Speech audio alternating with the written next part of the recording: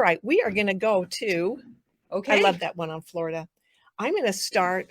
I'm going to take this. This is my very favorite machines in the world. Okay. Now, do you know why? Why? When I first started at Girlfriends, Oh, I don't know how to hold this. What am I doing wrong here? when I first started at Girlfriends, we won't go to that yet. Let's Okay. just go back here. I sat down. I had just bought a serger somewhere else. Mm-hmm. And I did not. And I actually went to the store and I says, I've heard they make air threaders. He said, oh, no, they don't. That doesn't exist. So I bought a serger. And it cost me like $850. And a long time ago, that was a lot of money for me. Sure. And it was hard for me to, and then I sold it because I saw what life is really about. These machines are amazing. And so I sat down and I said, Chris, I want to learn how to do these machines. And she said, okay, good, you're on. And I sat the serger, I could not thread it. And nobody knew how to show me how to thread it. Oh, no. I had to sit and figure it out and study it and read all about it. And then when I found out how to do it, I thought, well, why was that so hard? It is such a piece of cake. Okay. If you want, I can show you a little of the threading today, but I tell you, Yeah. I've got some stuff that I want to show you that I love. Yeah. I just love, You're love, so love. good at sergers No, too, so this is awesome. I speak serger. What can I say? Awesome. All right, so we're going to start right here with the Triumph. I want to get a good picture of that. And we're going to talk about different things you can do with the sergers. And on this one right now, I'm going to use the curve foot. This is an amazing foot. And when you say curve, when you think of sergers, I shouldn't be showing you this first off, because when you think of sergers, you sew in a straight line. Exactly. Or you finish clothing, correct? Yep. You do not. But I have a curve. curve foot, so that implies that I'm going to do something with it, right? Yes. Okay. Look at this. You will be so amazed. Watch what I can do.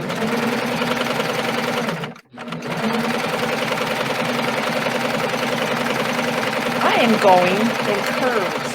I could do circles. I could do all sorts of things. I could quilt with this. In fact, I have quilted with it.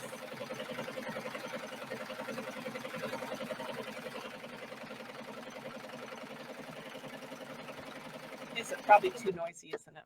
It might be a little bit. It might be a little bit, but that's the nature of the machines. That. Okay, I have a wonderful curve.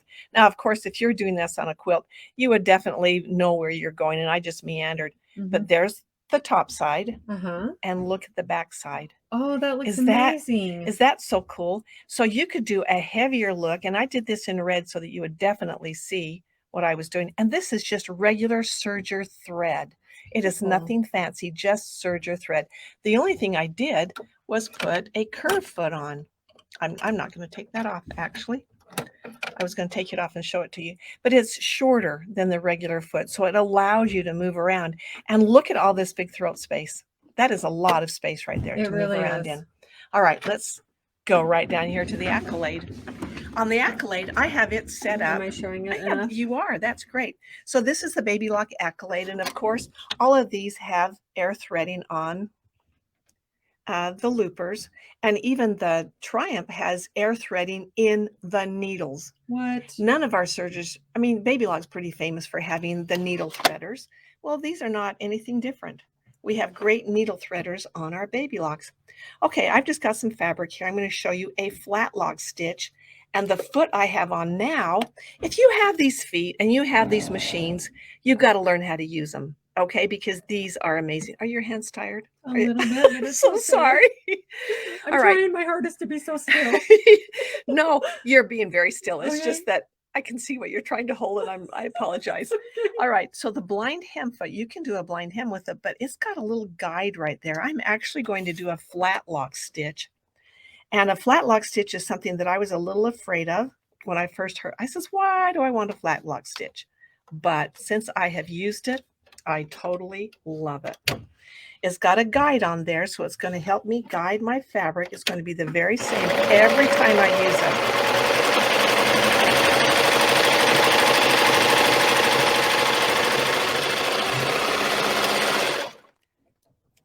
Okay, first of all, you're going to look at that stitch. Do you see how ugly that is? Look at that. Yeah. Rebecca. That's a little bit loopy. It's very loopy, but this is a flat lock stitch. And this guide makes it so as I feed my fabric in, it's not going to put that stitch right at the edge of my fabric. But then look what I do with it. Oh, I am going to open it up. It's going to make it flat locked. Okay. Look at that. All right. So now I'm going to go to this side of my fabric and I am going to sew another stitch.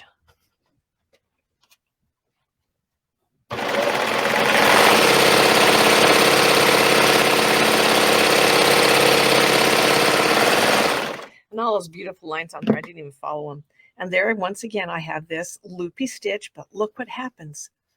I open that up. It looks like a blanket stitch. Well, it does. This would be like, it's called a ladder stitch. So there you've got, it looks like a ladder. It does. Right. Okay, so there's the back side of it and there's the front side of it. So you could alternate those. You could do that in a decorative stitch. Isn't that cool? It's amazing. Okay, you ready for something else? Yes. Move on down the line. Okay, I'm going to adjust my arms. And when I say move on down the line, I don't mean that we're going in. Oh, no, not we're just order going. of what? No, we're not. Just We're the way just that we going have them set to up. the next machine. Yeah. All right, look at this. This is crochet. So this is done with pearl crown rayon. And you look at that and you think, wow, that is amazing. So right now we're on the Baby Lock Acclaim. I want to point out that this stitch will work on any one of these machines because this is nothing more than the overlock, a 4-thread overlock. Really? I didn't know Are you that. amazed? I am amazed. I actually didn't know that. Can I be as amazing as you? More so, Barb. More so. Okay, right now I have it threaded up in pink pearl crown rayon, just because I like the shininess of it and I like the thickness of it. And this is one that I would do in a thicker thread. You can do it in a regular thread, but oh boy, this thicker thread is amazing. I have my blade on. It really doesn't matter. And I'll show you a little more about that when you get up. There we go. Okay, let's get those hands really tired.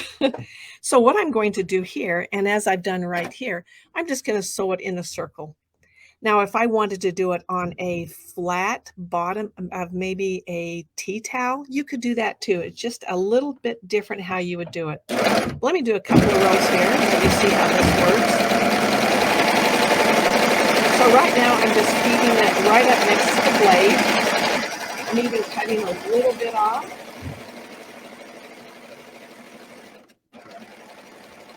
Now, when I get around to red, I started, I'll show you what I'm going to do. All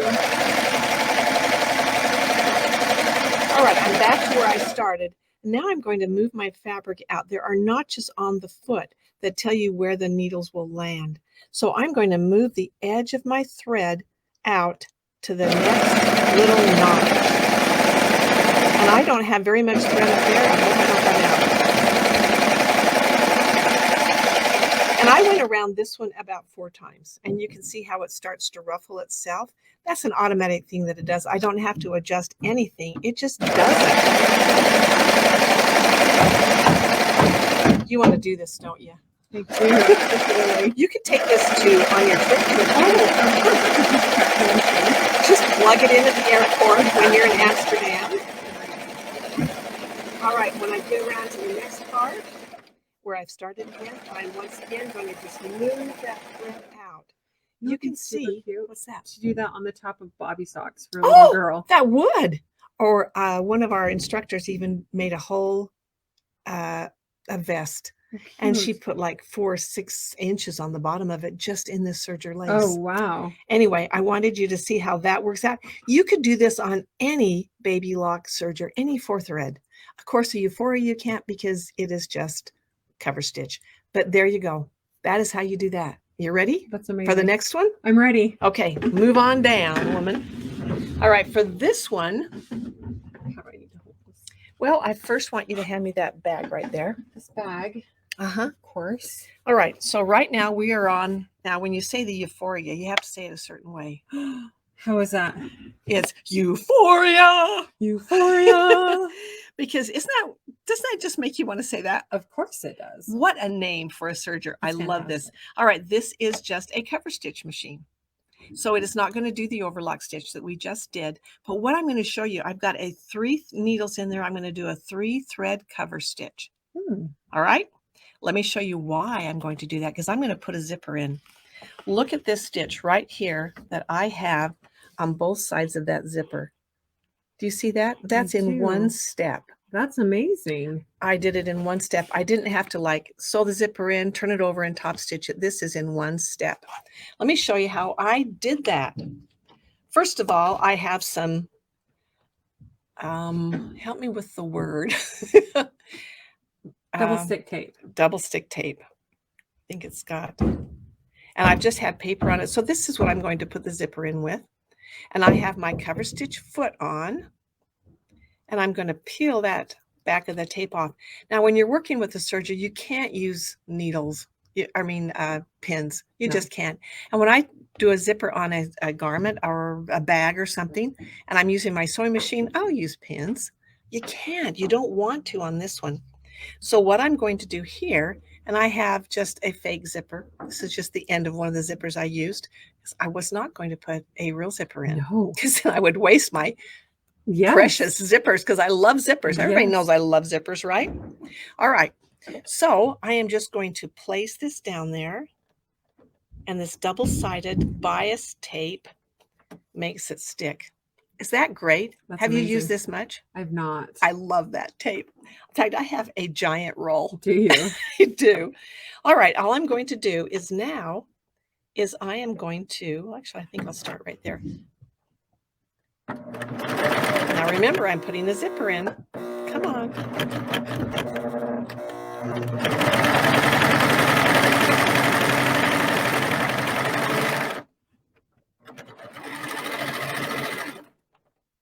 In one step, I did that. That's amazing. Is that amazing? It is. It is. It is. I love that. Oh, I love that. I might even pick that zipper out and use it somewhere, because you can put other heads on it, you know. Oh. You can. All right. For this one, I'm on the Victory. Now, this is the one you have to go, Victory. Oh, keep doing it. Keep doing it. Yeah, there you go. It was a one-time thing. This is, we got the Euphoria, and then you have the Victory. Okay. They have great names for their machines. When I first started here, too, I thought, you name the machines? You really name the machines? But I love it. Yeah? I love it. I love getting to know all these machines by their names. I mean, there was one lady who came in to buy an Anna just because that was her name. Oh, that's fun. Another lady who came in to buy the Joy because that was her name. All right. I love this machine, and I love everything about it. And this is a 4-thread overlock or a 3-thread, 2-thread. And it'll do the flat lock. It will do all those wonderful stitches. And this is one of the lower end models. And yet it will do a lot of the ones that the Triumph will do, which I love. All right. So right now I have it set up in a 3-thread overlock. And yes, this one still has the air threading, if that is amazing enough. We'll show you the sketch.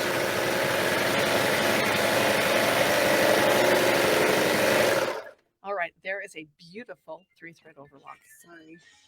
Okay. There we go. We'll take a pause. So sorry. That's okay. Is anybody getting sick right there? I don't think so. Okay, I have a beautiful 3-thread overlock.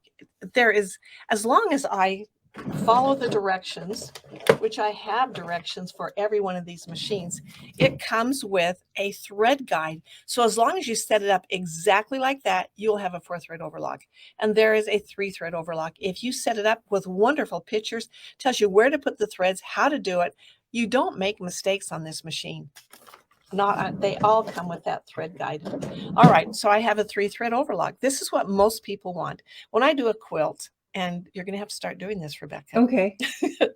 When I piece the outside edges, so I have those edges that sometimes will separate. Oh, of course. So when you give it to the quilter and they put it on and they tighten it up and those threads start to open up and the seams open up, I serge around all of my quilts. What a fantastic idea. Just a real loose long stitch. I don't worry about it too much, just as long as I've got those edges all put together. And then it doesn't come apart.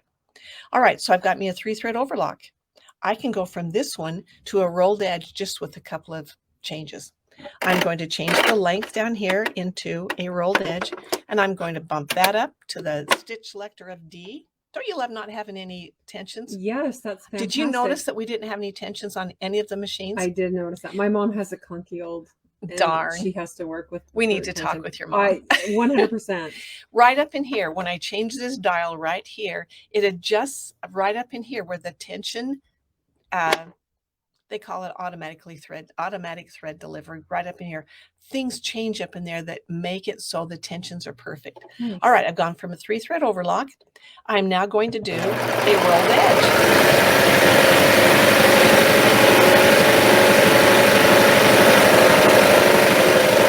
So when someone comes in and buys a serger, they want these 2 stitches. They want an overlock and they want a rolled edge. So you'd put that on the edge of a napkin, or the bottom of a skirt. Perfect. Honestly. All right, but it does another magical thing What that I love. You know where I'm going.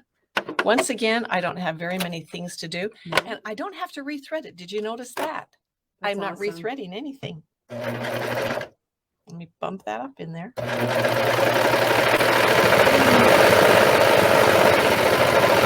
Did you just make a ruffle? I did. That's the magic. Oh my I love goodness. this. I have a ruffle. So I've shown you a 3-thread overlock, a rolled edge, and a ruffle. That is fantastic. And did you see what I did? Almost nothing. Almost nothing. Okay. I'm going to go back into my overlock. Okay. I am going to show you something really kind of fun. I'm going to put the accordion foot on. So this is the machine I started out with. Not the very first one that I had to sell. Oh, looks like it's really easy to change the feet. It is. It is really easy, but I'm at the wrong angle, so it's not as easy as if I were sitting right there. So you're going to have to just, is everybody still with me? There you are. All right. So I have put the accordion foot in, and what the accordion foot does is it has a little groove underneath. So have you done cording or piping? Yes. What do you do it for? What do you do with it? Pillow edges. Okay, on a pillow edge. So right here, I have put it in between here. Oh, that looks great. Isn't that fun? I have cording or piping in there, but this is how easy it is. If you do your piping on your sewing machine, you make your piping, then you take it over the cutting table and you trim off that edge. Mm-hmm. Well, if you have a serger, you will make your piping on your serger, then you'll go to your sewing machine if you wanted to, but you don't have to. Oh. But right here, I'm going to put that cord underneath my foot in the little channel, because it does have that wonderful little channel. And all I'm going to do, and it doesn't matter how wide my fabric is or how I put it in there, I just got to keep that cord right in the cord. And I've got it.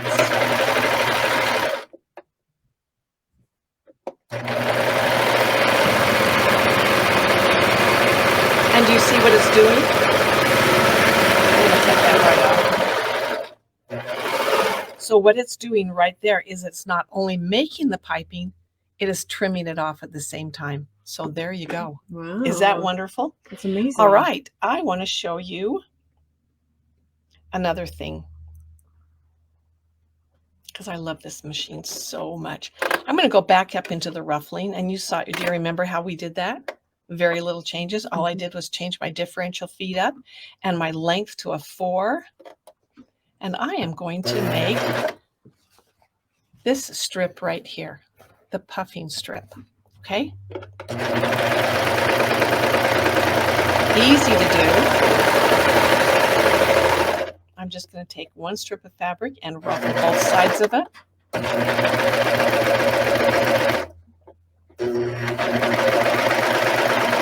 You know, I've seen quilts with puffing strips in them. It doesn't have to be that. But look right there. I've got this ruffled on both sides. And you think, okay, now what do you do? Well, if I just take that and pull it a little bit like that, it just evens out those ruffles. So then you have a beautiful puffing strip. Or I call it ruching sometimes.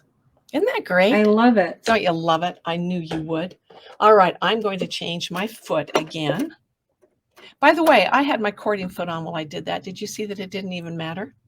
I didn't even notice that. It's pretty cool. Yeah. All right, I'm going to put my elastic foot on here. Now, this is an elastic foot. It doesn't mean I have to do elastic with it. I've got wire in there. Okay. In fact, that's kind of strong wire. It might be a little too strong. And I poked it through that hole there and through that hole there, and it comes out in a channel in the back. Okay? You don't know what I'm going to do, do you? I have no idea, but I'm fascinated. Well, look at you.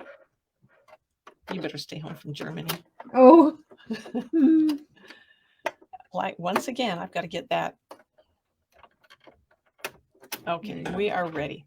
All right, what I'm going to do is that I'm going to move into, take it out of ruffling. You just have to remember to change those stitches back.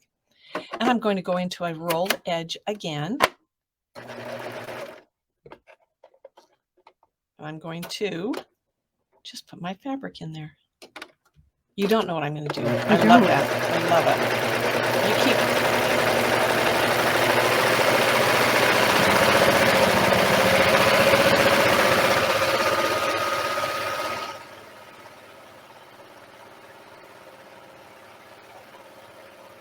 Now, when I told you that you could not put pins near your machine, this did not get even near my blade. So I have wire in there, but it did not get near my blade. Now you kind of took a breath right there. That's amazing. So not only right here, I could make wired ribbon. So if you had a project and you can never find the right wired ribbon. You can make your own. Just put a little wire in there and it bends. It does whatever you want it to do. Or you could put fishing wire in there, fishing tackle. Oh, wow. This could be the bottom of like a veil or a skirt or even a blouse. If you needed to have a little body, there you go. All you have to do is use your elastic foot. That is fantastic, your elastic Barb. foot. Okay. I've got one more foot I want to show you. That means I've got to take that one off. Oh, I'm going to show you this foot first. This is called the ruffling foot. Now you saw that I ruffled on just my regular foot and that was okay. It worked great. But on the ruffling foot, I've got this little flange right here that fits underneath. And I have a little slit right there. Okay? Okay. What are we going to do with that? I don't know, but You really don't know. We're going to ruffle something. We are going to ruffle something. So that means that I need to change my foot. And this is really easy to get on, but I can't get around and get my right hand in the right place. Let's see if we have it on there now. So I have two pieces of fabric, and I have this one that I've already put a rolled edge on the bottom. Okay. Now I am going to put these fabrics right sides together like this. Okay. So I'm going to put this one underneath the piece that I want to ruffle. That is not the right side. There we go. Hey. Try to do that. You do it. Okay, so I'm going to make sure that I have it in the right. Okay. I'm going to take one stitch in there. And then I'm going to put this one right side down. I'm going to slide this in under the flange right like that. And this one can get a little out of control, so I go a little bit slower and I hang on to my fabric.